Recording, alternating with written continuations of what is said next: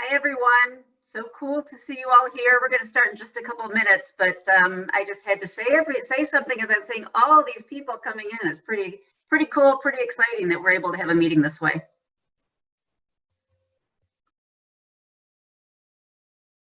School year that would start. There we go. Hello. Oh, I can't hear you. Yeah, I was muted. Oh, okay. Alfred, I think, is going to mute everybody. Oh, okay. Okay. Milt's on a different call, so I gotta move away. I'm gonna try in the lower level where the internet isn't as good. But okay. So how many people do we have? Do we know? 20 so far. Oh, okay. Hello. Hi, David.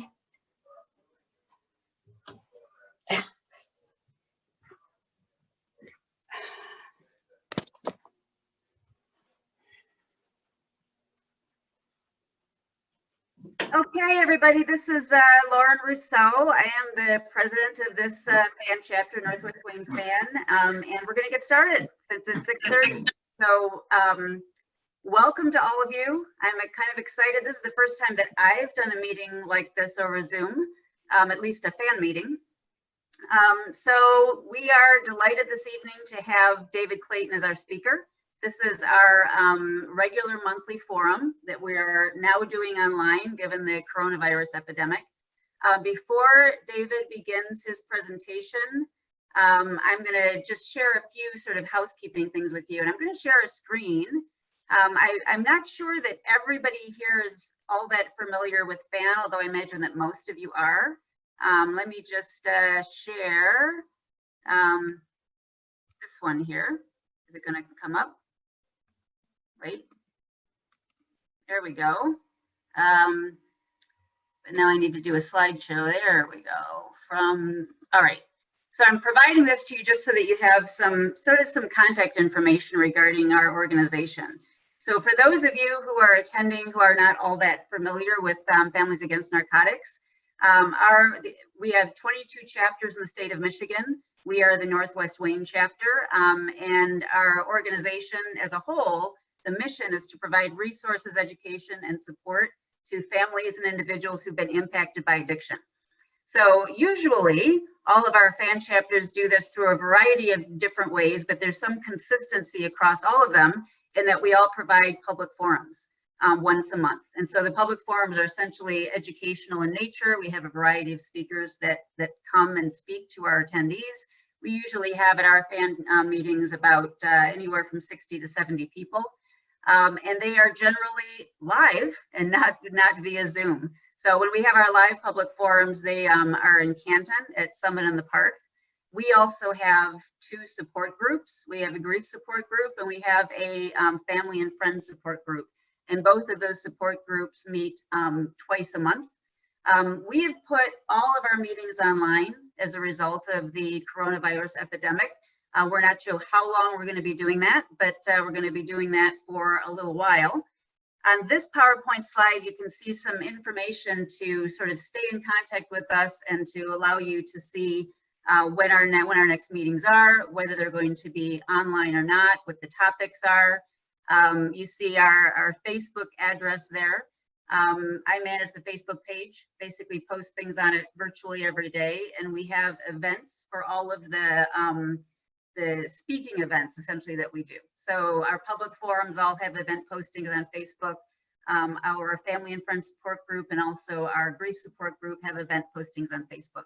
So if you go to our Facebook page, then you can check out when the events are, the time, the location. Since everything is on Zoom now, we have meeting IDs and passwords that are associated with those meetings. So just to kind of give you information about the 2 support groups, these are flyers that relate to the support groups.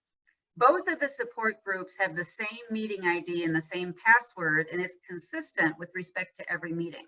So the meetings are just on different days of the month. So our grief support group is now happening on the 2nd and 4th Monday of every month from 7 to 8:30 p.m. And you can see the meeting ID there and the password as well. And I'm kind of putting this up for you so that if you want to, you can jot down that information if you're interested in attending. The Family and Friends Peer Support Group, you can see that is on the second and fourth Tuesday of every month. Goes from 6:30 to 7:30. And again, you can see on that flyer, the meeting ID and the password. It's the same as for the grief support group. So the grief support group provides support to individuals who's lost a loved one as a result of addiction. Our Family and Friends Peer Support Group provides support to individuals who have a loved one who's struggling with addiction, because those people need support as well. So let's see, what else do I need to tell you? In addition to, well, I guess a couple things. Let me go back to the first slide. We have a YouTube channel. So all of our public forums, the speakers, are on that YouTube channel, and you can see it on there, Northwest Wayne Fan. So we go back a year and a half, I think, about that of speakers and presentations. So to the extent that you're interested in seeing more than what we offer once a month, you can go to the YouTube channel and you're able to access any of those videos. And this one as well is going to be on YouTube. So again, we encourage you to take a look at that. During this time, FAN continues to run its Hope Not Handcuffs program, which provides a opportunity, a way for individuals to be assisted into addiction treatment. We're not running it through the police departments right now, but you can go online to the Families Against Narcotics website, and there's a tab for Hope Not Handcuffs. So if you or someone who's in need of help getting into treatment, you can still use that resource. Families Against Narcotics also provides peer recovery coaches and family recovery coaches. So to the extent that you're interested in learning more about that or getting that type of support, you can reach out to us as well. And that's part of the reason why I have the email address on this PowerPoint slide, so that you'll know where to reach out. There's also the website address on there. Again, there's information on the website. Our flyers are on the website that show, again, detail about the meeting ID and passwords for our support groups and that type of thing. All right, so we are going to get started. Just a couple of housekeeping issues with respect to this Zoom meeting. So I'm going to ask everyone to keep their microphones muted while David is speaking. If you have, there's going to be an opportunity to ask questions when he's done with his presentation. If you have questions or comments that you want to make, I would ask you to send them privately to me, Lauren Rousseau, in a comment. And I will keep tab on these comments, and then I'll direct the questions to him. But that way we won't have a lot of craziness of a lot of people trying to talk at the same time. And if you send it privately to me, that also will prevent it from being distracting to either David or whomever is speaking, or to other people in the meeting. So I'm going to let David begin his presentation now, and let me get rid of the stop sharing here so that he can begin. David is the regional director, or a regional director for the larger FAN organization. He has got an amazing story that he's going to share with you, and we've been working with him a lot over the past, I don't know, 6 months or so. So without further ado, David, I'm going to turn it over to you. All right, thank you, Lauren, and thank you everybody for taking time out of your night to sit and join this fan meeting. I think that this new platform that we're on right now is it's different for all of us, but I think that over the course of this time, it's something that we've been able to to bring into our lives and to kind of give us the resources that we need, right? Because as we know that because the world kind of stops and it changes abruptly, we still have to find a way to help, the individuals who are still struggling. We still want to maintain a level of information platform to get to all those that need it. And I think that this is kind of cool how this all came to. And been doing a lot of Zoom meetings lately, and so this is kind of it's unique in its own way. I get to see a lot of faces. I get to see a lot of familiar faces that are out there, and but there's nothing like that personal connection that we that we get when we sit in a meeting, whether it be a fan forum or a therapy session or a recovery meeting, even as far as like doctors and telehealth. So it's all really different, but you know, I'm just hoping that you know, this kind of blows over, ends soon, and then we can all get back to regularly scheduled programming. Thank you for Northwest Wayne County for giving me the opportunity to come and to share tonight. As Lauren said, my name is David, and I am the regional director, and I'm also the outreach coordinator for Families Against Narcotics. And so what that really means for me is what I do as far as FAN is I get to oversee 13 different chapters in the state. I say as the lower half of the state, and then the outreach is something that I do, and I have done since I got involved with FAN about 6 years ago, 6.5 years ago. So to be doing what I'm doing today, I feel is nothing short of a miracle, because this I didn't feel this was in my deck of cards. I didn't feel like this was going to be anything that was going to be provided for me. To be completely honest with you, I never imagined to live to see the age of 30, and I was on a fast track of fulfilling that. The life I have today is nothing short of amazing, and you know, and it's all through the blessings of recovery. I am a person that is in long-term recovery from drugs and alcohol.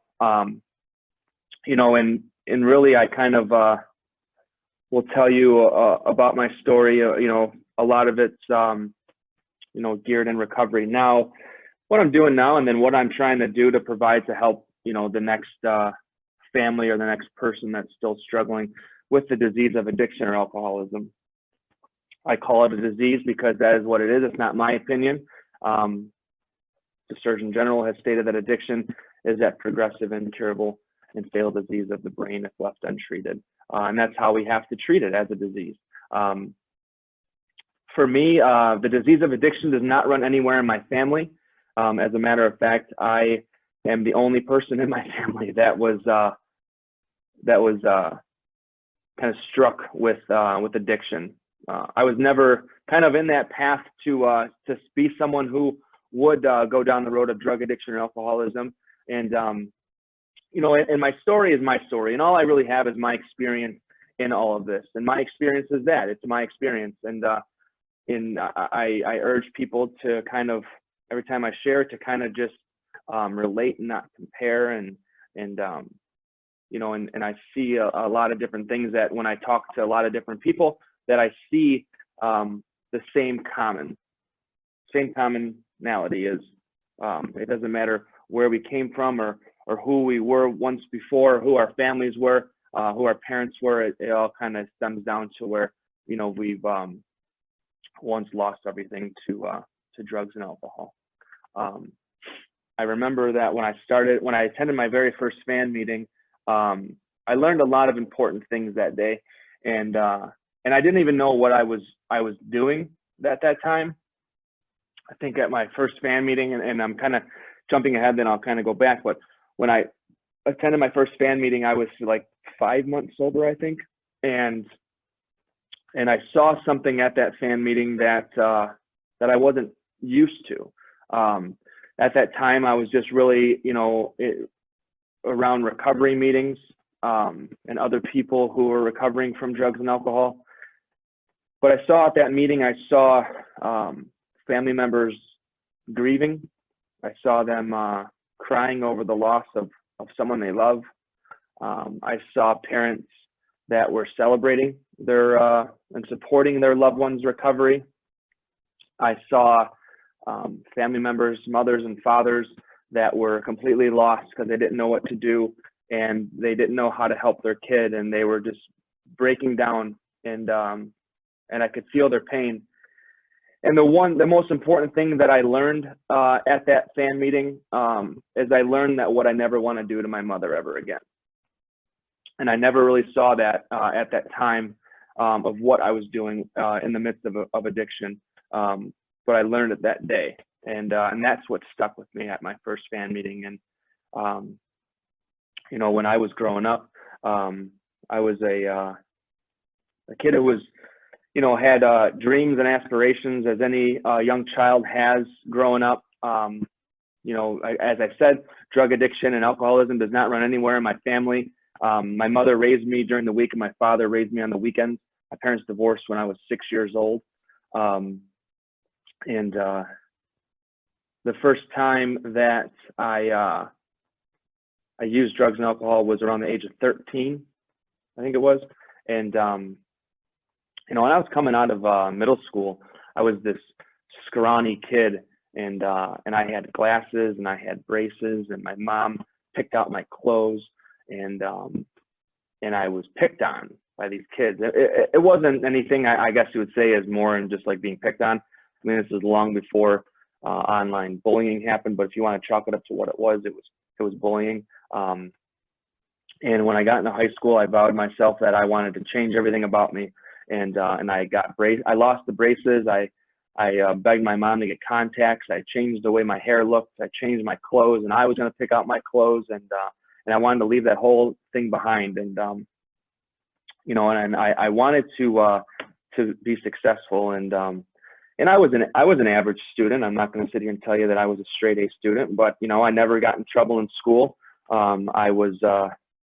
My mom was a high school secretary. She just retired with 47 years at the same school. My father was a car salesman. I was never beaten as a child. I was never physically or sexually abused. I had good friends, and you know, it was family vacations. It was I'd say family dinners, but we didn't even do family dinners, which is kind of strange. But you know, it was just morals and respect, and I knew what right from wrong was. And my mom always told me, she said, David, if you go down the right path in life, you'll be rewarded accordingly. If you go down the bad path, you'll get what's coming down that path. And I always remember that. So when I got into my freshman year of high school, you know, I loved everything about high school. I loved the friends that I had. I loved playing sports. I was a baseball player, and I excelled in that. And I remember that there was some guys that were upperclassmen that I really looked up to. And I was at a party, and these guys didn't like me. But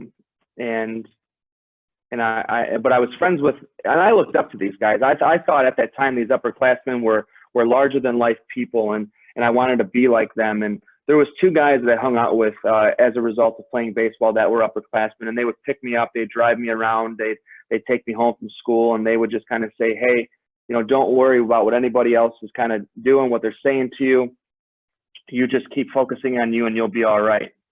So I was at this party one time, and I saw these guys that were upperclassmen that didn't like me, and they're standing there, and then these kids come over, and they said, these other guys go, hey, David, you want a beer? And I said, yeah, I do.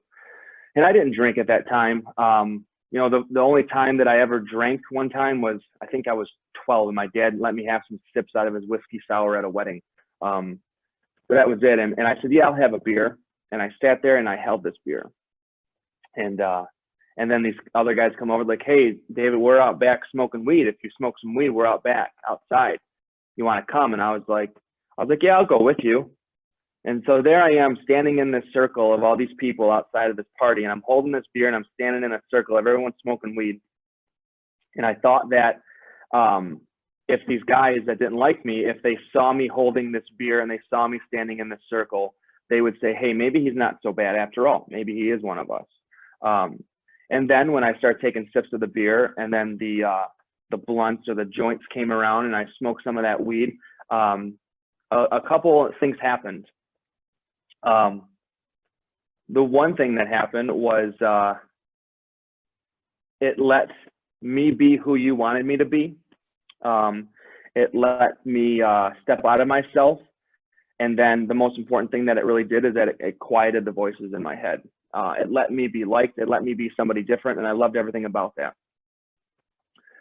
So long before I was ever addicted to drugs and alcohol, I was addicted to people's approval. And I wanted you to like me. And I did that, and I wanted to be the life of the party, and I was going to drink the most, and I was going to smoke the most, and man, but I can't ever let my mom find out. And I did that for a while. I went through high school smoking a lot of weed, drinking on the weekends, having fun. And I remember my senior year, my mom, who just texted me, ironically enough, I've been talking about her. She caught me smoking weed, and she didn't know what to do. And she, the first thing that she did was I denied it, and she drove me directly to the Warren Police Department. And then I confessed. I said I did it, and then she said, you know, you're grounded, and that was it. Enough to equate to a slap on the wrist, really. I ended up graduating with honors. I excelled in baseball. I had a lot of some honors going along with that, on the front page of some newspapers because of that. And life to me was really good. Baseball provided me a way to go into college and to fulfill that aspect on a scholarship. And I get into college, and before I get into college, that's summertime. It's graduation party season, and I'm at a party, and all of my friends were around this bonfire. We always would go to the graduation parties where parents let the kids drink, which they find is like a rite of passage. At that time, I thought that was the coolest thing ever. Now I understand why parents shouldn't do that. But I remember I was at this party, and my best friend, who I've been friends with since I was like 6 years old, he was a drug dealer, and you couldn't tell me anything bad about him, you know, because I'd say he's my best friend. My mom, he's the kid that you tell your kids you don't want hanging out with, is really what it was. And I'd say, but mom, he's my friend. But mom, you know him. But mom. My mom would say, David, I don't like anything about him. I don't like when you hang out with him. And then I would just say, but mom. So I was at this graduation party, and we're sitting around this keg, and we're having some beers, and we're smoking some weed, and we're all having a laugh and a good time before we all go on our separate ways to, go on to the next level of our lives. And Matt, my best friend at the time, when he was selling a lot of weed, which I thought was so cool for a couple of reasons. One is because he always had money, and the second reason is I never had to pay for it. So it was always there. And at that time, he went. I see him, selling his things like he always does, and then I was like, "What do you got there, man?" And he went from selling weed to now he was selling prescription painkillers. And I said, "What do you got?" And he's like, "Well, these are Percocets and Vicodins." And I said, "Well, what are you doing with those?" And he said, "Well, people are taking them, man, to get high." And I said, "What?" I said, "Man, I had those one time and I got hurt, but I took them and that was it, And I said, "Let me get one of them, because people are buying them 5, 10 at a time, and people are getting high. And if I know one thing is I like to get high, and I like to have a good time, so I want to take some too." And he gave one to me. Now, every time that we go and we get a prescription from a pharmacy or from our doctor, we go to the pharmacy and we get our prescriptions, and they're in that bag, and they got that booklet stapled to them, right? And that booklet contains a lot of valuable information. A lot of that information is warning labels and side effects. But as humans, we take that bag and we rarely ever read it, and we just throw it in the garbage. And in our pill bottles will say warning labels and side effects. It'll say things like, do not operate heavy machinery. It'll say things like, do not take on an empty stomach, or may cause dizziness and drowsiness. But that day, if I would have been able to have that pill that was given to me provide me with other warning labels and side effects, it would have said a lot of different things than those typical side effects. It would have said things like, "You know what, David, you probably shouldn't take me." It would have said things like, "One day I'm going to end up ruining your life." It would have said, "One day you're going to lose everything you've ever worked for." It would have said, "One day you're going to become severely addicted to heroin." It would have said, "One day you're going to wake up and you're going to steal all your mother's jewelry and your dying grandmother's cancer medication." And, you know, one day, you know, your mother's just going to cry herself to sleep night in and night out, not knowing whether you're dead or alive. And then one day it's all going to come down and you're just going to wake up in a rusted ass minivan on the east side of Detroit, just praying for the courage to kill yourself because you can't take it anymore. But you don't have that. Philip ever said that to me that day, I would have obviously laughed and discredited all of that, because that type of stuff just doesn't happen. And it couldn't happen to someone like me for a laundry list of reasons, some of which include my parents love me. They're successful people. Addiction doesn't run in my family. I am a good kid. I'm a good athlete. I'm on my way to college, and the list can go on and on and on. And I took that pill that day, and I drank some beers on it, and it kicked in, and man, I loved everything about that pill. And it's so funny because I'll talk to people and they'll say, oh yeah, the doctor, you know, they gave me these pills for my hysterectomy or my knee operation. And I took one of those pills and I threw up everywhere and it made me so violently ill and I hated everything about it. And I say, that's so funny because that thing that you hate about it is the one thing that I absolutely fell in love with. And I remember saying to myself, I want to feel like this all the time. And I proceeded to party the rest of the summer away. So I get into college and having a lot of fun, doing a lot of drinking. And then the college does a massive crackdown on underage drinking. And I was like, well, I can't be getting caught because I got way too much to lose. So, you know, it's still smoking weed, and the pills kind of left themselves in the summertime. But, and then I found some, you know, in college, and I was taking a few of them here and there. And then I go to parties because I can't be drinking because parties are getting busted. So I'm taking these pills because they're doing everything that I wanted them to do. And I love to smoke weed, but every time I smoke weed, I eat everything in sight and I get nothing done and I stink. And I was still underage, so I couldn't drink. But the best thing about the pills is that they tasted like nothing and they smelled like nothing and nobody would ever know the difference. So I remember I was in training and I was doing some like a turf work agility, and I slide in a second, I jam my wrist on the bag. And I thought my life was over. I thought I shattered my wrist into a billion pieces that they were going to have to amputate it. And I go to the doctor, and the doctor says, you know, he comes in. I was like, well, give me the bad news. He's like, you just sprained it. You're fine. He's like, we're just going to wrap it and you'll be good to go. And I said, all right. And he said, here, and if the pain gets to be too bad, just take one of these tablets every 4 to 6 hours as needed. And he cuts me a script for 60 Norcos. Those 60 pills should have lasted me all month, but they were gone in 5 days.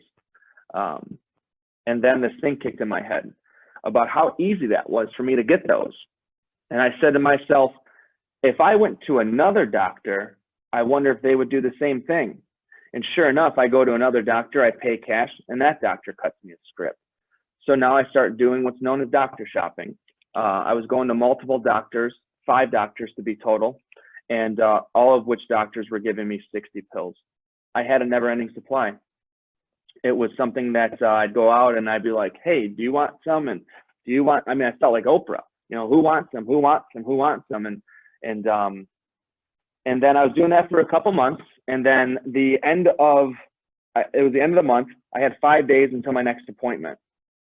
And I woke up that morning and I had gotten the worst flu that I ever had in my entire life. And I call my doctor and I say, hey, I said, I know I got an appointment in 5 days. I said, but I'm coming down with the flu. Can I get in? And they said, yeah, come on in. So I go in there and they run some tests on me, and he gives me some flu medication. He says, well, while you're here, I'll do you a favor. You don't got to come back in 5 days. Here's your pills for the next month.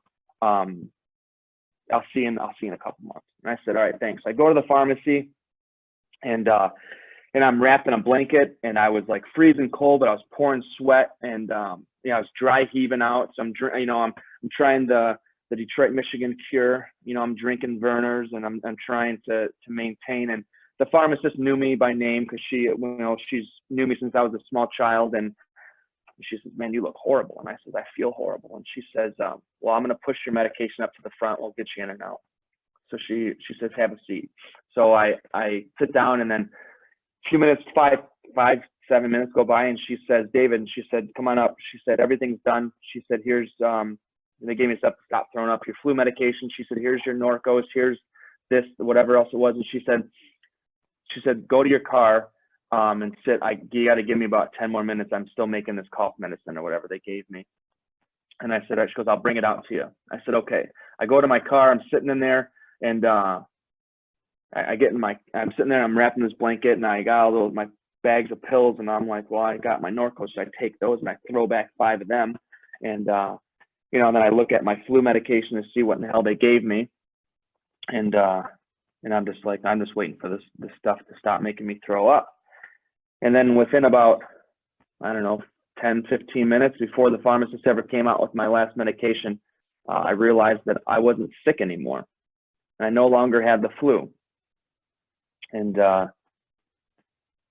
I didn't know at that time was when I was going through my first bout of withdrawal symptoms. And those withdrawal symptoms that felt just like the flu or something that I'd never felt before. And I learned a very, very, very valuable lesson that day. And that was that I can never go without. I had to make sure I had these on me at all times, because I can't be going to class like that. I can't, play like that. And it was just brutal. And I had to budget 300 pills every month. And I'm telling you, this was the easiest thing that I could ever do. I'd walk into my doctors. They'd say, hey, David, how's the pain today? Course of 10. How's school going? How's baseball going? How's the family doing? Here you go. And sends me on my way. So again, about I get another month from all my doctors, and I go back to my next doctor, the first doctor, the first of the month. And every time I walked in, he'd say, he'd shoot the breeze with me. And this day he walked in and he says, hey, David. And I said, hey, I got a question for you.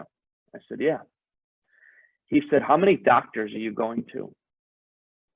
And I said, what? He goes, how many doctors are you going to? And I said, well, what do you mean? I'm just going to you. And he goes, are you sure about that? And he holds up this sheet of paper. And this sheet of paper had every doctor I ever went to. It had what I got filled, when I got it filled, where I got it filled, how much I paid for it, the time I paid for it, everything. It's called a MAPS. And they knew. And he said, you'll never get another pill from my office or these other doctors ever again. They've all been notified, and you can leave. And they cut me off. And my never-ending supply of pills is now gone.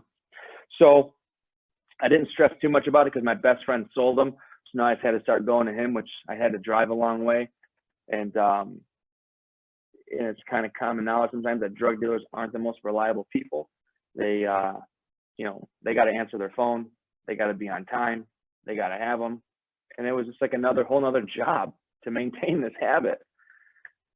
I blew through my savings account and student loans, and then I just stopped showing up to class and stopped showing up to practice. And 5.5 months into my freshman year of college, I get a call, and I had to go meet with the Dean of Student Affairs. And I sat there in that office that day, and they asked me what was going on, and I said nothing. And they said, well, your professors are, emailing us, your GPA's tanked, you're not the same guy, what's going on? And I started crying, and I said, well, something is going on. And they said, well, what is it? And I said, well, my parents are getting a divorce. My parents divorced when I was 6. And they didn't seem to care to hear that. And they handed me a letter and said to sign the bottom of it. And I knew what the letter was as soon as I got it. I was, well, hell, they're putting me on academic probation. I get it. I got to buckle down and get my act together. But at the very end of that letter, they let me know that it wasn't that, because the last paragraph of that last sentence said the university has made their conscious decision. They had revoked my scholarship, and I was kicked out of college effective immediately. So it took me under 6 months into my freshman year of college to lose everything I always worked for. My first thought was not, what am I going to do now? My first thought was not, what am I going to tell my mom or my dad? My first thought was not, can I get back into school? My first thought was, I don't really feel like dealing with this right now, and I just want it to go away. So I went to a bar that I knew a girl that I used to date that was a bartender. I was still underage, and I went and I got drunk.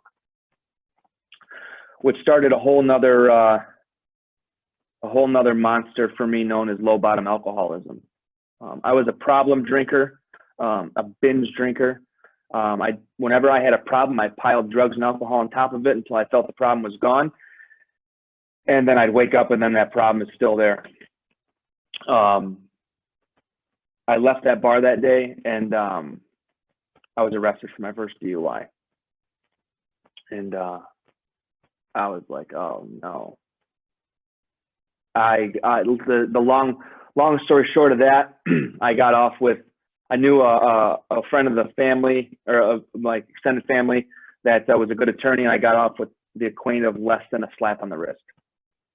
They said I can't drink. They drug tested me, but I like to take pills, and the pills I had a prescription for at one time.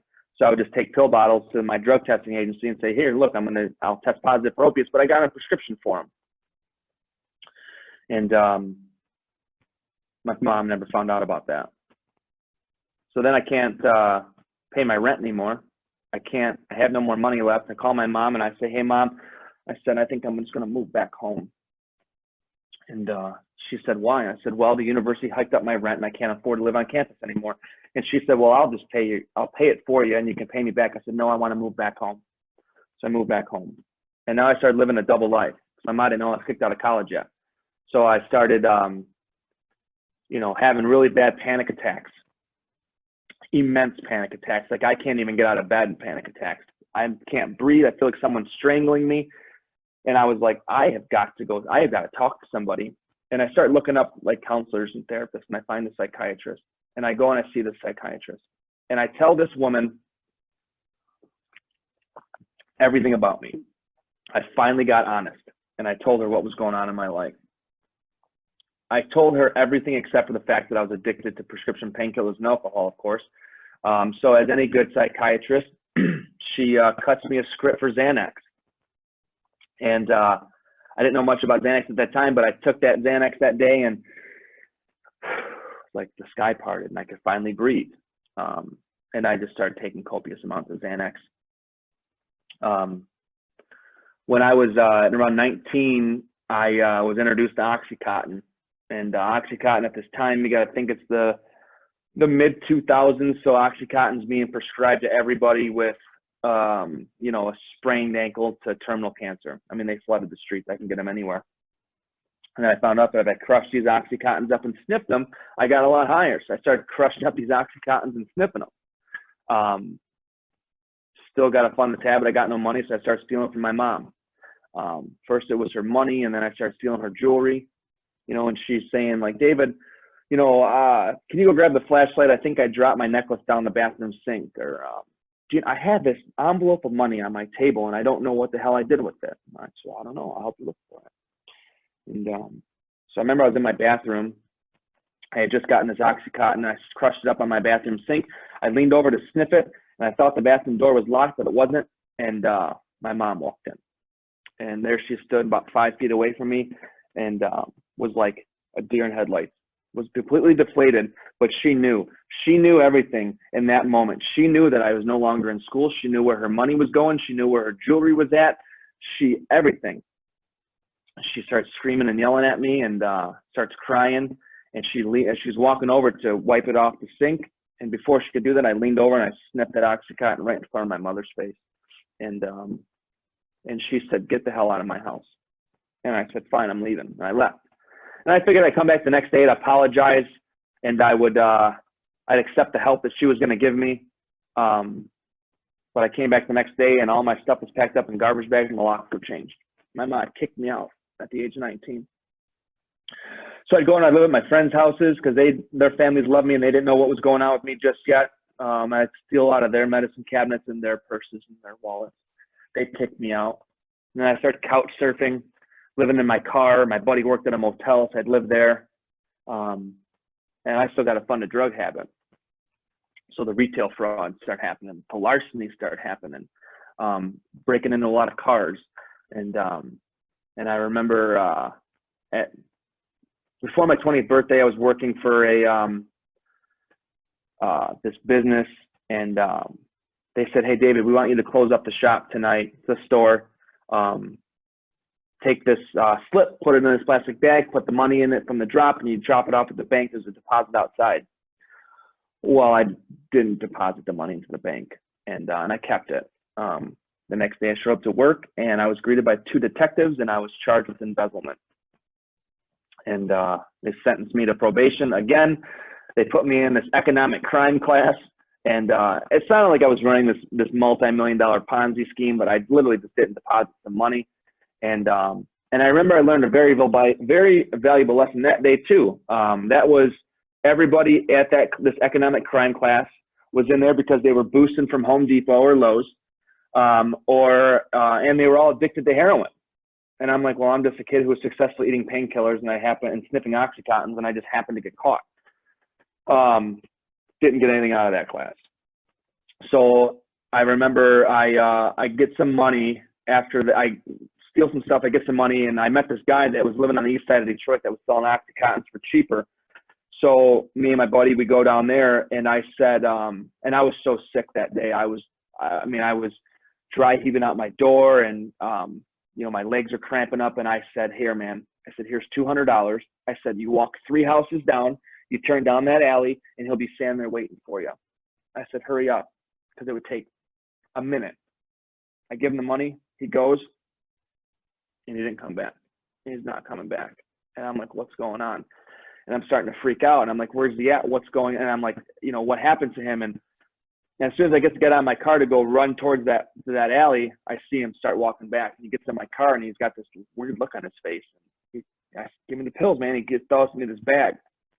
And I rip this bag open, and there's no pills in it. And it's this little piece of paper with this. And I open up this piece of paper, and it's got this off-white looking powder in it. And I says, what the hell is this?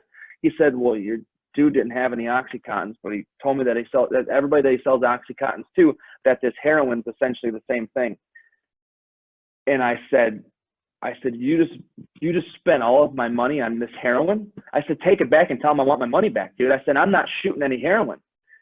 And he said, calm down, man. He said, he's not going to give you your money back. And he said, he goes, you don't got to shoot it. You can just sniff it.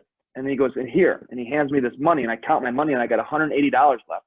And I said, this only costs $20. He said, yeah. He said, but don't sniff the whole thing. Only sniff half of it. I said, look at how much is here. He says, I'm telling you, man, only sniff half of it. And I sniffed this half a bag of heroin, and I wasn't sick anymore. And it worked. And I had more left over, and I had almost all my money back. And I figured, hey, if he doesn't have these Oxycontins in a few hours, I'll just go and I'll buy another bag of heroin just to be safe, because I don't want to be getting sick. And at 21 years old, I never sniffed another Oxycontin ever again, because that's when I became addicted to heroin. From 21 to 25, I spent most of those years incarcerated in the Macomb County Jail. Theft-related offenses was what I was always in for. And I'd get in and out of jail. I went to rehab a couple times in between there, and because the judge said I should, or trying to get my family back, they said I should probably go to rehab. And I'd get out with these grandiose plans of, this is what I'm going to do, and I'm never going to do this again, and I'm only going to drink, or I'm only going to smoke weed. And then I was always end up back in jail, back on heroin, black drinking. Alcohol always remained a constant for me. It was something that I found this comfort in. And then I remember I was, right before my 25th birthday, it was a Sunday. I had no money. I had no means of getting any money. And pawn shops are closed, and I had like $20 worth of heroin left on me, less than that maybe. And at that time, Matt had already started injecting heroin, which I thought was the most disgusting thing I've ever been around. And I thought that anybody that had used needles was a disgusting human being. And but one thing I knew, and he would use heroin, is how little he had to use.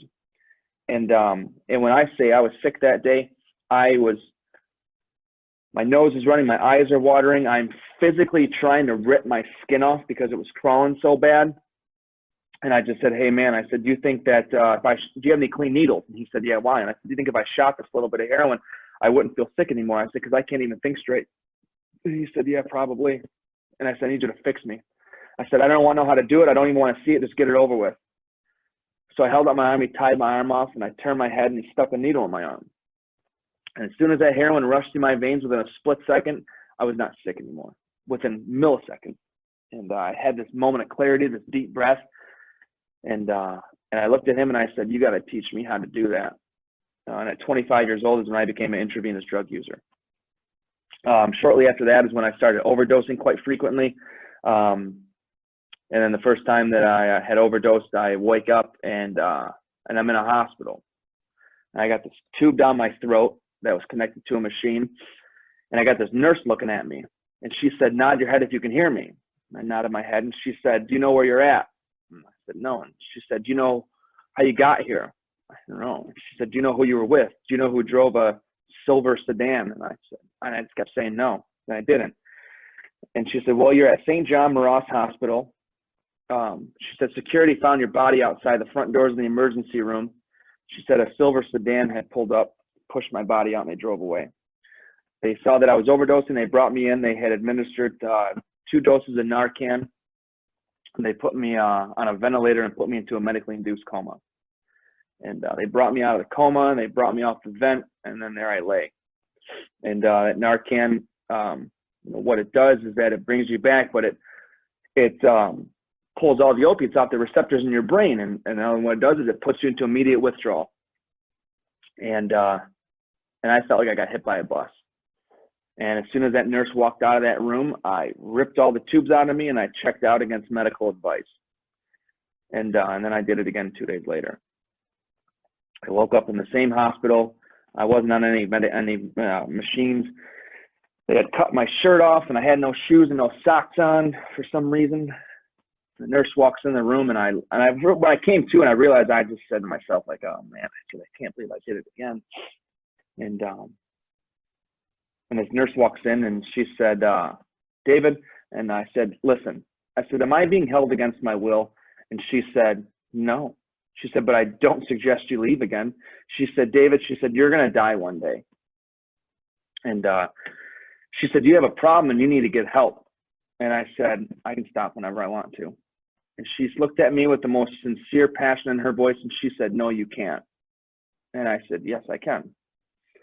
And I didn't know that these times that I ended up there that my parents were notified, and I got my mom and my dad in the waiting room. My mom's crying, and I found out years later, and she's crying with the medical staff. She's saying, you have got to help my son. Like, my son is dying and I don't know what to do. And they'd say, ma'am, there's nothing that we can do. These people, they come and they go. And she would say, he is not these people. This is my son and he is dying and I don't know what to do and I don't know how to help him. And then they'd say, well, there's nothing we can do. So I left again with no shirt, no shoes, and no socks. They had the little footies that the hospital gives you. I left with those on. And I left with a solemn promise to myself. And I left with the promise that I was never touching heroin ever again. Because it was killing me and I wasn't doing it anymore. But I didn't say anything about drinking.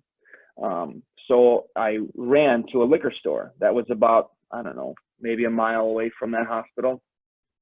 And I get to the liquor store and the liquor store was closed. And then, like autopilot, I remember that I have a drug dealer that's not far past that liquor store. So I ran to this dope man's house at 9 o'clock in the morning in the dead of summer with no shirt on and no shoes. And I'm pounding on his door and this little 16, 17-year-old kid answers the door. He says, what do you want, man? I said, man, I just need one. And he says, all right. He comes back and he said, here. And I said, well, here's the thing, man. I said, I don't have any money. And I said, but I'll get you your money and I'll pay you double for it. I'll have it in an hour. I said, please, man, I'm sick, man, please. And I'm like hands and knees, like almost begging this little kid and hands and knees, like begging. Now, mind you, just like 9 years prior to this, I was on the front page of the Detroit Free Press for athletics. And now here I am with no shirt, no shoes, no socks. And I'm begging for a $10 bag of heroin.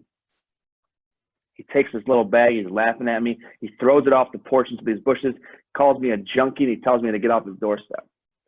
So I crawl through these bushes, I find this little bag, and within about hour and a half, after promising myself I'm never touching heroin ever again, I got a needle in my arm and I can't stop. So summer turned into winter. It's hard to live in the streets in my car. And I break down and I call my mom and I beg my mom for help. And she answers the phone and I said, Mom. And she said, David, she said, what do you want? And I said, Ma, you got to help me. And she said, David, she said, I am begging you to please leave me alone. And I said, Mom, no, you don't understand. I said, I am cold and I'm hungry and I have nowhere to go and I'm going to die if I don't get help. And she said, David, please leave me alone. She said, the police are at my house every single day looking for you, harassing me. I don't know what to tell them. I don't know whether you're dead or alive. And she's just saying, please leave me alone. And I said, Mom, you got to fix this. I don't know what to do. And then she said, and I begged. And she said, if I do anything for you, she said, I will drive you door to door directly back to rehab. You are not living in my house. And I said, that's fine. I'll go. I said, I have to go. So I get to her house and called calling treatment center to treatment center. And finally I found one that had availability and they said, we'll see you in the morning, 4 hours from the time I called them. We'll see you in 4 hours. 4 hours when I hadn't drank in about 5 of those hours or used any heroin in about 3 of those hours. 4 hours felt like it was 4 years. And I'm laying in my mom's basement. I'm violently withdrawing off of heroin, alcohol, and Xanax. And I'm like, man, this sucks. And I'm like, but I put myself to this and I'm going to get through it. And then this little thing in my head, this disease of addiction that we all know is telling me, listen, you'll be just fine if you just go get one more, and all this pain is all gone. And I'm like saying to myself, I'm like fighting like an angel and devil. I'm like, no, I'm staying in this house. And then it's like, dude, 4 hours, man. Your mom's asleep. You can be there and back in an hour, and no one will ever even know you're gone. And then I decided, I'm like, if I got to chain myself to this pole, I'm staying. And I made up my mind and I was staying. And as soon as I made up my mind that I was staying, I was crawling out of the basement window and I was going back for one more. And then that one more turned into 3 more years. And now at that time I was 28 years old. And I was using a lot more heroin at one time. I started drinking cheap whiskey and wine by the biggest bottle I could find. And then I ended up getting addicted to crystal methamphetamine. And I remember the day of, it was September 23rd of 2013. And I woke up and I was living in a rusted ass minivan on the east side of Detroit. And I remember that day so vividly because that was the day that I was going to end my own life. And I hated everything about myself. I was in a very, very dark spot. And I was on a suicide mission. I was on a suicide mission on an installment plan.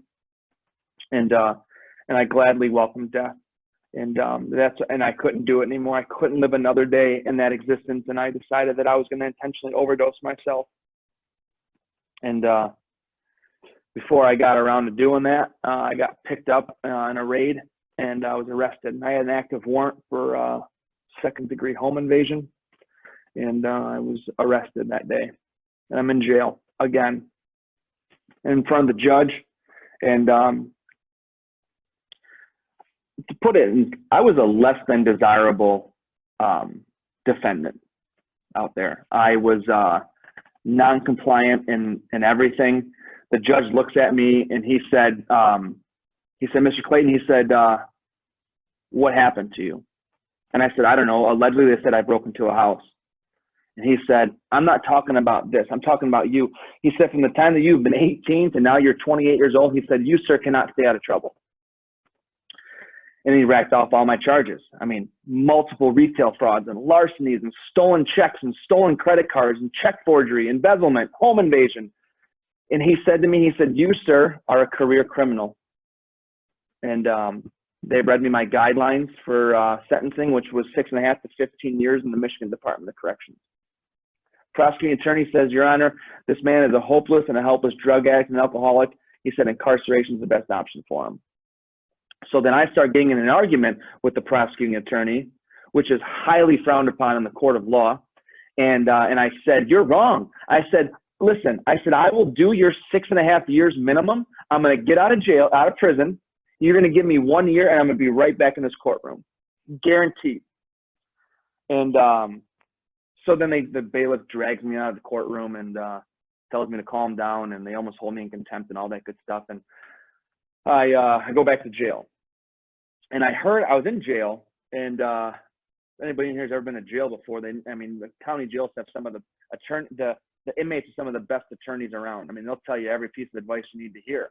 And I heard this word called drug court. And so I go back to court. Judge is about to sentence me, and he says, "Sir, do you have anything else you got to say before sentencing?" And I said, "Judge, what about drug court?" And my attorney looked at me and was like, "What are you doing?" And I said, "I want to know about drug court."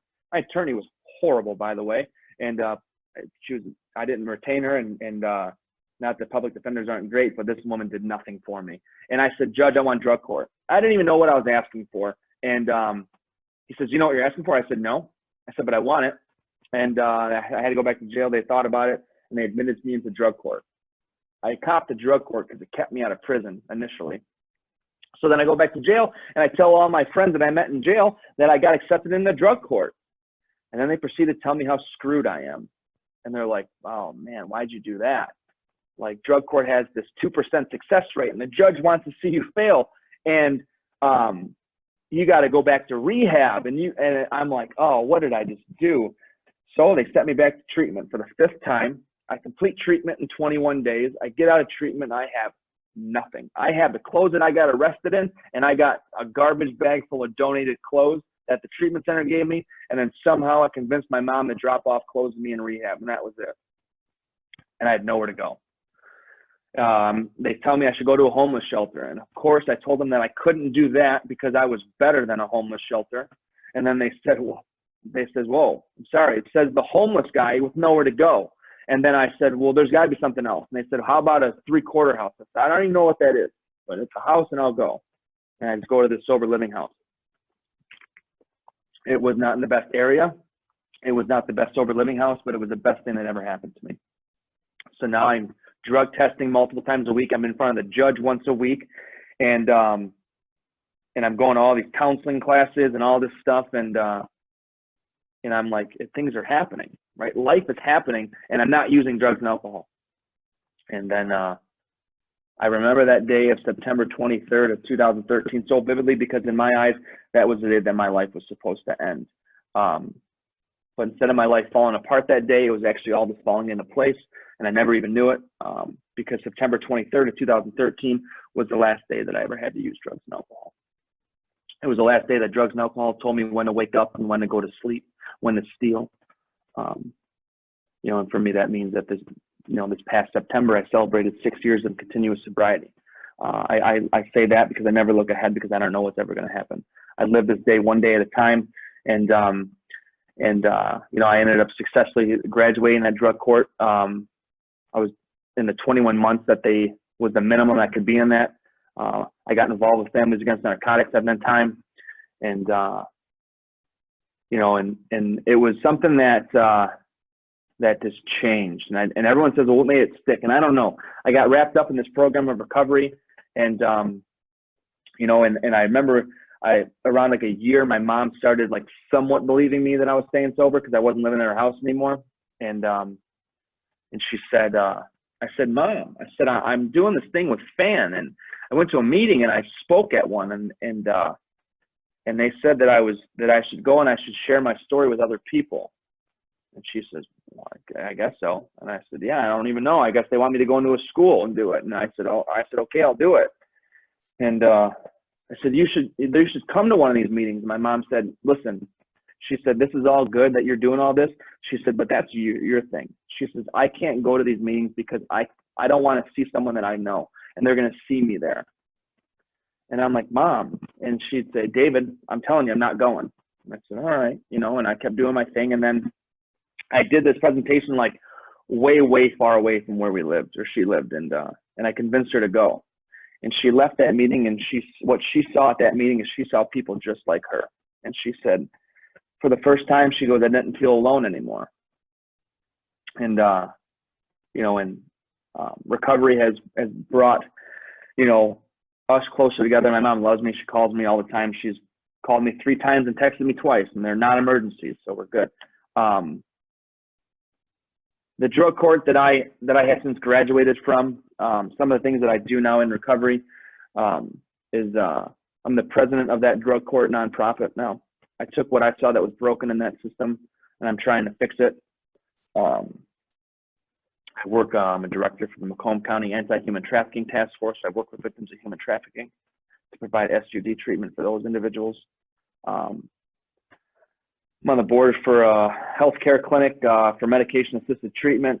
And all of this stuff, right, that I think that it blesses me with recovery is I can only do this one day at a time. I can only do this while doing recovery first, you know, and it's nothing short of a miracle. I mean, these blessings that I had coming through recovery, and it's the smallest things. I remember when I went and got a bank account, and I go to the bank because I had to get a bank account, and this woman goes, okay, you've been approved for your checking account. And I said, wait a second. And I said, I didn't ask for a checking account. And she said, well, do you want a checking account? I said, are you going to give me one? And she said, yeah, why? And I said, and I'm start sweating. I'm like, well, listen. And I said, I have like 5 counts of uttering and publishing, writing bad checks. And I said, I can still have it? And she said, yeah. And I said, okay. I said, you're sure? And she goes, just make a promise that you're not going to write bad checks. And I said, okay. And I haven't wrote a bad check since. And small things that I celebrated, you know, I was able to buy a house, the house that I'm in now, and all these things through recovery, you know, but I take it one day at a time. Because I tell you that because I still go through life's ups and downs. And I have good days and I have bad days. I almost drank after 5 years of continuous sobriety. Solid recovery. I almost drank on Christmas. And, I was going through a bad bout of depression, and I had just bought this home. This was 2 years ago, and I bought my home. I was dealing with the ending of a relationship. I started thinking to myself, like, having these doubts of buying a home. The holidays were stressing me out, and then I thought about drinking. Just a thought. Thoughts come and go. It happened all the time. And then that day at Christmas night, my thoughts stayed. And it stayed hard. And I was like, this is just going to go away. You know, it always does. I didn't call anybody. I didn't talk to anybody. And then I thought to myself, like, I'm going to drink. And then my thought went to what I'm going to drink and where I'm going to drink. And then it went to, then my thoughts go from where I'm going to drink and what I'm going to drink to, well, where are you going to live? Because you're not going to pay your mortgage anymore. And what are you going to tell all your friends in AA? Because you're not coming around anymore. And then my thoughts went right to suicide. And that Christmas night, I was either going to kill myself or I was going to jump off the overpass at 94. And I got really, really depressed. And then I finally, I don't know what it was, but I started calling people. The first 2 people didn't answer. And I'm like, this is it. Like, I'm done. And then I called one more person. They answered. And I stayed on the phone for an hour, crying my eyes out to this guy on the phone who was in recovery, telling him how bad I hated myself and how much I felt inadequate and how much I was full of self-hatred. And after all that time, I didn't have to drink over it. And I didn't drink over it. And I went through a strong bout of depression for a couple months, but I came out of it with the help of recovery and my friends and focusing back on me. You know, I heard the story a while ago. I'll share it with you that there was this guy that he had a friend that was diagnosed with terminal stomach cancer. And his buddy hears that they finally found a surgeon to perform a surgery. And this guy's like, this is great. You know, like, this is awesome. They finally found a doctor that is going to cut this cancer out. And so he calls his buddy, and he was trying to get a hold of him to congratulate him about how great this is that he's getting rid of the cancer. And I think it was the story went that the buddy's mom answered, and he says, hey, he said, I heard the good news. And she said, what do you mean? She said that they're going to remove the cancer, this terminal stomach cancer. And she said, well, they're doing surgery, but they're not removing the cancer. And he says, what do you mean? She says, well, they're cutting out parts of his stomach and his intestines and a portion of his liver to give room for the cancer to grow so his last few years aren't excruciatingly painful. And addiction and alcoholism is a lot like that. Because if your family tries to get in the way, this disease will cut them right out. If your job tries to get in the way, this disease will cut that job right out. If your loved ones, your husband, your wife gets away, it will cut them right out of your life. And when I heard that story, I was like, wow, like that described addiction so well, because we need to treat it as that disease that it is. And it will take everything from you and not even bat an eyelash. You know, getting involved with FAN is one of the best things that I did, and it's turned into a job for me, and I love everything about it. I love being able to do this, providing hope and treatment through Hope Not Handcuffed. I know there's some angels on here, and some of my coworkers are on here, and you know, it's just absolutely fantastic. And I always said that it takes this community to bind together to make a difference, and that's what I see all the time. And you know, the way addiction and alcoholism works for me is that if you would have saw me on September 22nd of 2013, and you would have ran into me and you would have said, "Hey, David, how you doing?" And I had just enough money in my pocket to go get one more, I would have said, "I'm just doing just fine." But if you would have ran into my mom and said, "Hey, how's David doing?" she would have burst into tears and she would have said, "He's not doing okay." And we don't ever notice what we're doing to our loved ones in the midst of addiction. And that's what I said when I went to that first FAN meeting, and I saw firsthand of what I was doing, and I didn't want to do it ever again. And my mom now actively goes to FAN meetings. She supports her friends who now see that they say, "Hey, I saw David on like on the news, and I never knew." And my mom would say, "Yeah," and she'd say, "Yeah, he's in recovery and he's doing awesome things," you know. And you know, and that was it's one of the best things that I've been able to do is kind of establish that relationship and have my mother help out people. And you know, so I don't know. I hope I said something. I'm not really sure what I said, but thank you all for taking the time out of your night and to be with me and to hear my story. And I hope that it provided you with whatever it is that you need to hear. And if you didn't hear what you needed to hear tonight, please come back to another meeting and stay connected with us. So thank you all. David, thank you so much. That was an amazingly powerful story. I've heard you speak before, so I was eager to have you come to speak at our FAN meeting today, because it is an amazing, powerful story. I did get one question come in from Neil. First, wow, all in caps. Thank you for your story. It was truly powerful. Thank you, all in caps. And then the question, how did you find your first FAN meeting? So the way I found my first FAN meeting, Neil, is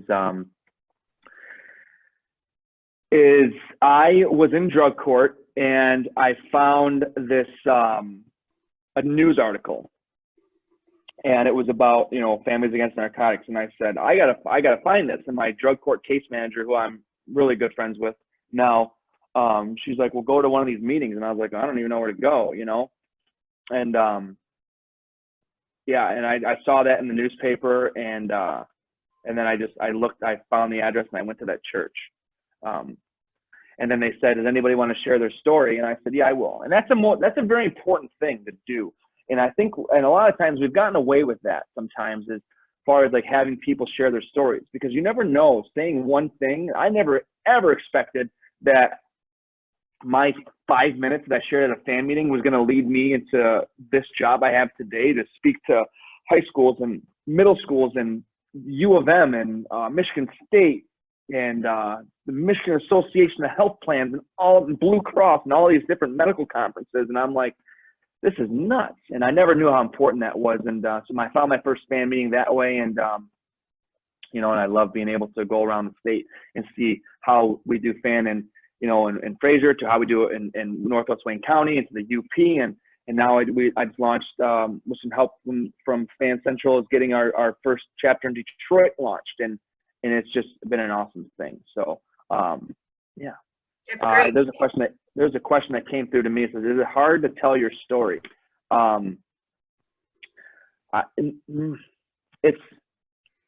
never want to say yes. It's easy to tell my story because I don't ever want to get to the time to where it's meaningless, right? I mean, there's some times where I'll go and I'll have to share that story 6 times in a row into a school. I mean, that becomes, and I'm just like mouthing the words. But I'm constantly learning all the time, learning about myself, learning about my recovery, and my growth in recovery. So, you know, bringing back those memories, it's important for me to know what it's like, and to never forget what that last day was like, and to always remember that, you know, I'm one decision away from a completely different life. I always got to remember that. Are you seeing the chats? Yeah, I am seeing it. Yeah, they're going to everybody. So your biggest motivation for entering recovery? My biggest motivation for entering recovery. I remember when I went to my first recovery meeting, and I saw someone get their 31 years, and I had never been around. I never even seen that much recovery, known someone who's been in that much recovery ever in my life. And man, I followed that guy around everywhere. I said, "Where are you going next, man? Where are you going?" And I just showed up. I just literally followed this man around all the time. And he became a great friend, and he ended up passing away with like 36 years. But my biggest motivation was just really, you know, I kind of equate it to like this. I always share the story that when I got sober, I had a lot of back problems. I wanted my money back, and my car back, and my family back, and my life back, and a job back. And listen, I don't want to work for any of that type of stuff because I don't know how to work for that stuff. I'm based on instant gratification. I mean, I get what I want when I want it, and it's only a drink or a shot, whatever away. So then what would happen is that I would always reach for other things other than what's making me whole. And when I didn't put myself together first, my whole world just falls apart. But when I put myself together first, then the world fell into place around it. It's kind of like a puzzle, right? We look at the picture, and we work on a border, and we work on a specific area. And I worked on myself first, and then the world fell into place around it.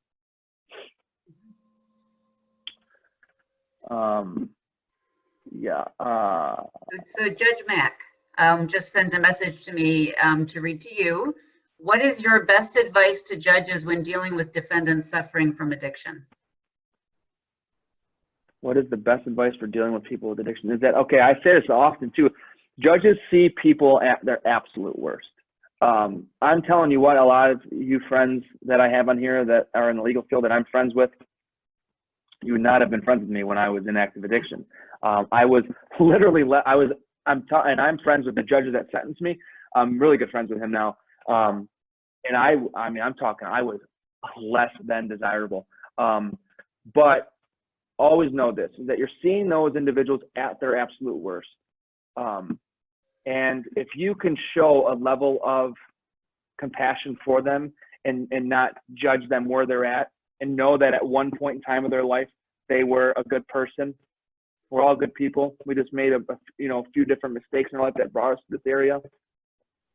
But having the respect and the compassion from a judge that we would look up to as an authority figure, it gives you a lot of hope, and I never thought in a million years that I'd be friends with judges and work with judges and friends with police officers, and I would get to walk in a jail and out the jail the same day. It's important to do that, Judge, and to just take away the judge and the defendant and just look at it as you're two human beings. Right. And know that person is someone's son, someone's, could be someone's daughter, could be someone's father or mother. So there are 2 questions that were sent to me privately. There's another one from Judge Mack. Is it hard to deal now with what you previously did to get drugs and money to buy drugs? Is it hard to forgive yourself? Is it hard to forgive myself? No, it's I worked a program of recovery that I was able to right those wrongs, and you know, and I had to forgive myself, and that's how I had to progress in recovery. So. Mhm. And then another one, can you, let's see here, can you ask him if there was anything different he wished his mom or dad would or could have done differently? Anything I wish my mom or my dad, I don't talk much about my dad. I see my dad all the time, by the way. I just live with my mom, and I just talk about my mom more. Anything they could do, have done differently. I mean, I don't know. They did everything they possibly could. And my mom obviously took that tough love approach. That was my experience and my mom's experience in that. Like, you're not living in my house. I'm not, you know, but my mom still kept on a little bit. My mom always said to me, and she still says to this very day, she'll say, David, she says, there's nothing stronger than a mother's instinct. She said, I gave birth to you and I know when something's wrong. And she said, you can't ever tell me different.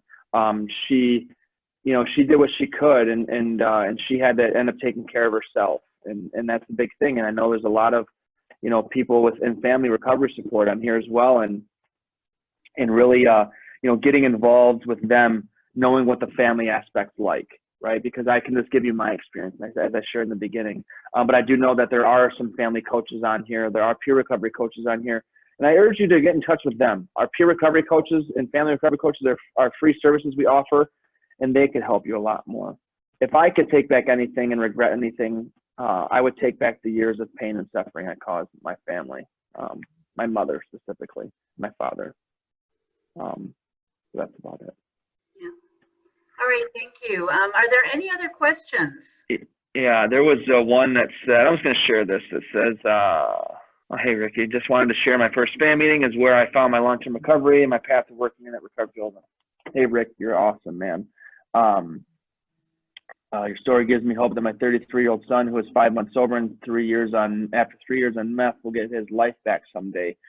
Hope is so important to family members not to be able to give up every day. Absolutely. There's always hope. As long as they are alive, there is still hope.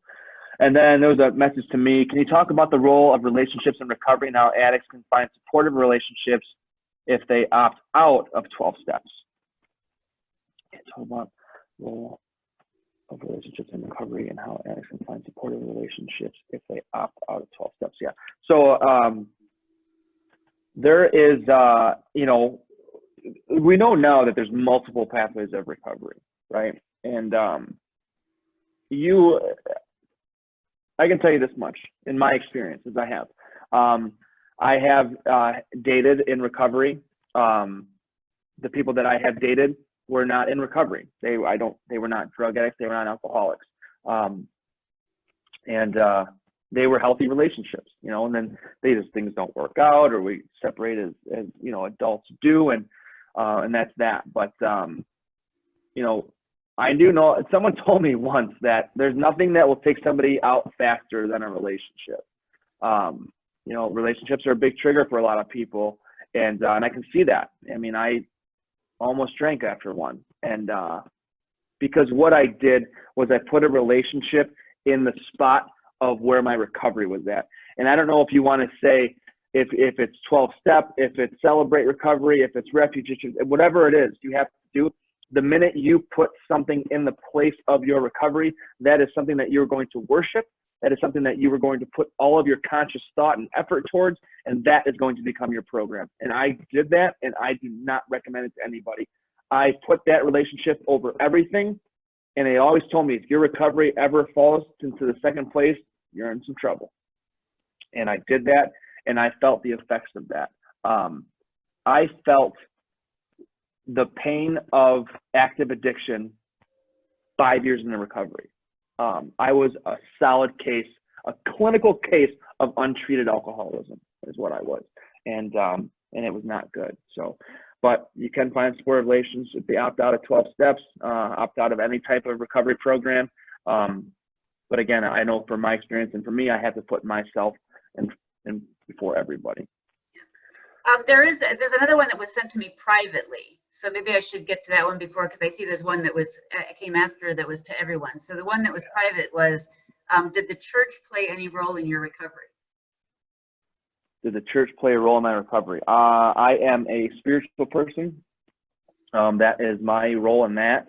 And that's kind of where I'm at with that.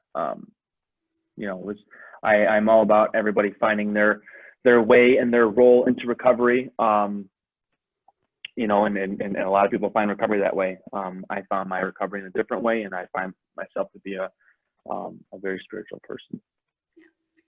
Okay, and then I think we can all see the next one, which was there a most difficult part of the recovery process for you? Was there a most difficult part of the recovery process for me? I mean, it's, you know, like I said, it's one day at a time. Some days are better than others for me. It was difficult for me, I think, when I had to take a look inside of who I was, and all of it that came out of it was self-hatred. Not being able to make amends with people that are no longer here. That was kind of difficult. But I find some strange healing in that too, you know.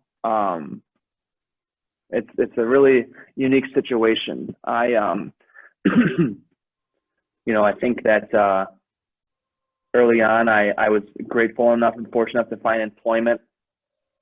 You know, it wasn't anything I really wanted to do at first, but it provided me enough to pay my rent. You know, and it was really crazy for me. I remember it was probably a year ago, and my mom, I was moving out. This is what happened. So I was living in sober living for like 10 to 11 months, and then I moved in with a buddy who was in recovery also. I rented a room from him for 4 years.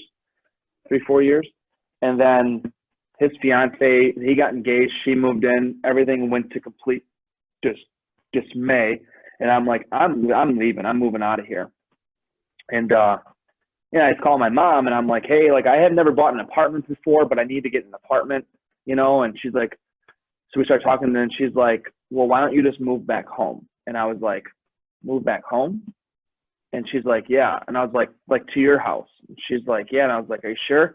And she's like, yeah, like why waste your money in an apartment? And my mom specifically told me, you are never coming back to this house ever again. I mean, she would call the police if I came within like 100 feet of her house.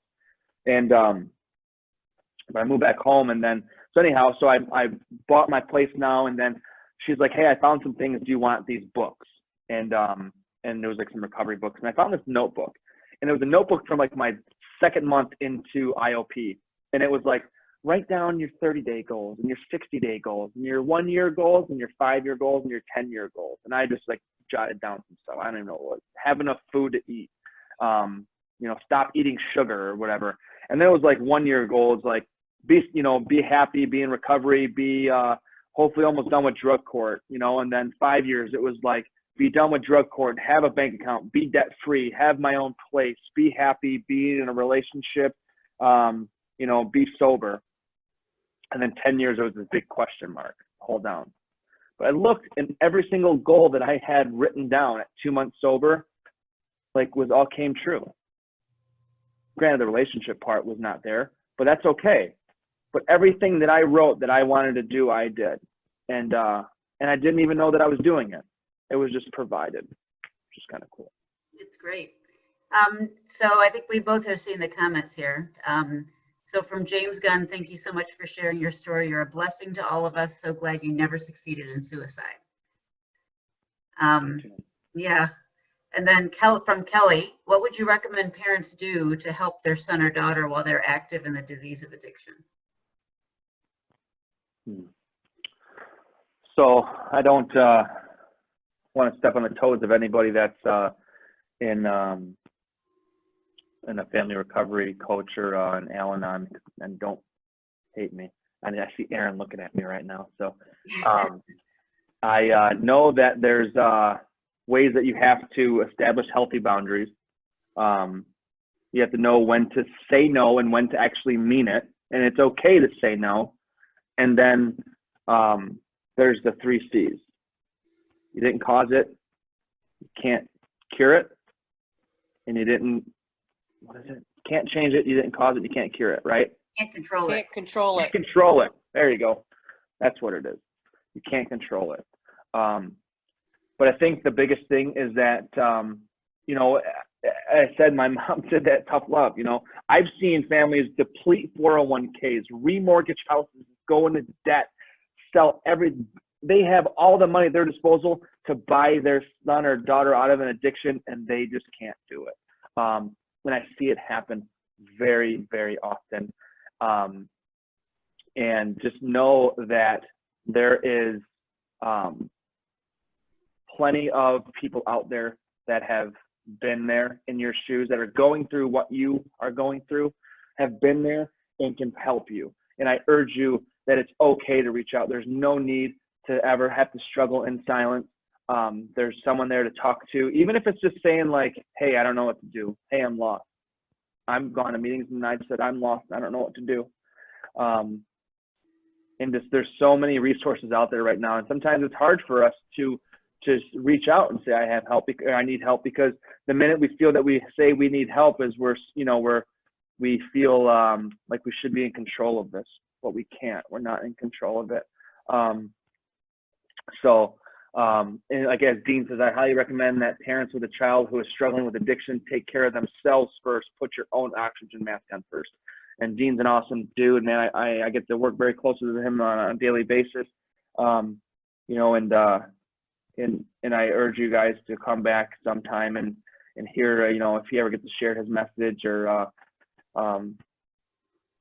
so much stuff that's on there. I got a private message. At what point would you recommend a peer recovery coach for someone who is still struggling, or do you recommend they wait until they are sober?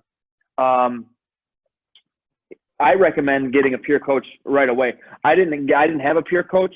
I see the successes of having a peer coach, and peer coaches are not, you know, there's that difference between like a peer coach and like a 12-step sponsor.